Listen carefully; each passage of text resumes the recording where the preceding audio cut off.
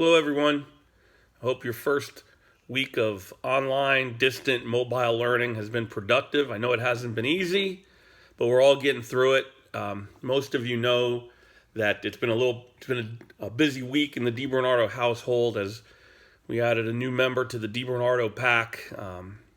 Annalise Faith DiBernardo was born on Wednesday at Shands, so it has been a pretty hectic week here, and I've really looked forward to getting back online and communicating with you guys and hopefully helping as much as I can as we get through all of this. And each week, each day, it'll get a little bit better, especially now that things have calmed down here in my household.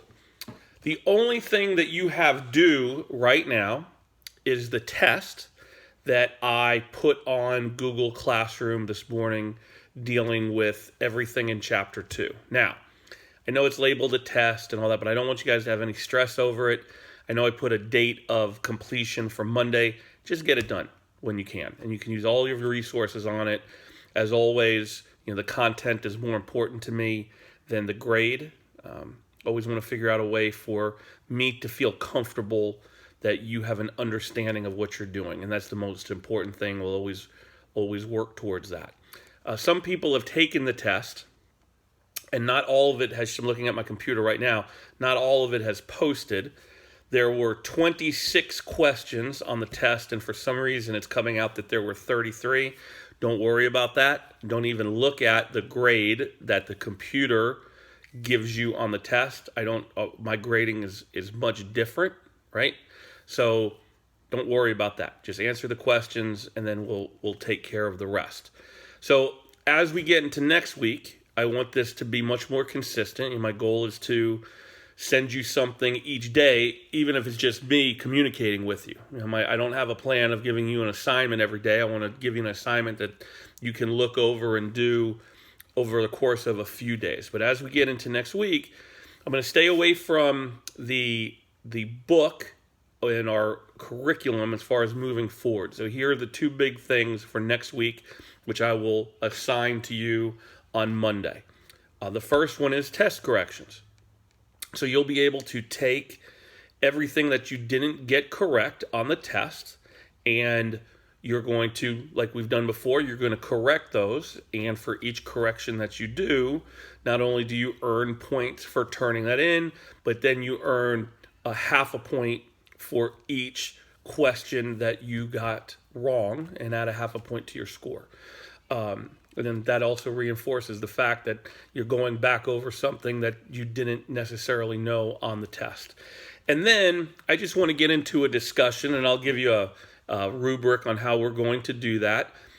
We have to look at the things that are happening in our economy because of the situation that we're all going through right now. So I'm going to pose a few questions for you to answer and us to get in a little bit of a conversation next week online about the impact that this virus and us being sent home and businesses closing and the unemployment rate, which I'm sure you guys know is going to be the highest that it's ever been, if it's not already the highest that it's ever been. And I want to talk about the ramifications of all of that, because there really is no answer. We haven't gone through any of this as a country in not only the numbers, but in the short amount of time that this has transpired. If you guys remember, just a few weeks ago, before all this started, we talked in class briefly that we were at the lowest unemployment rate in the history of keeping that statistic, at least since 1968. But an enormous, our unemployment rate was where we wanted it to be and going in a direction that we needed it to go to have a robust economy.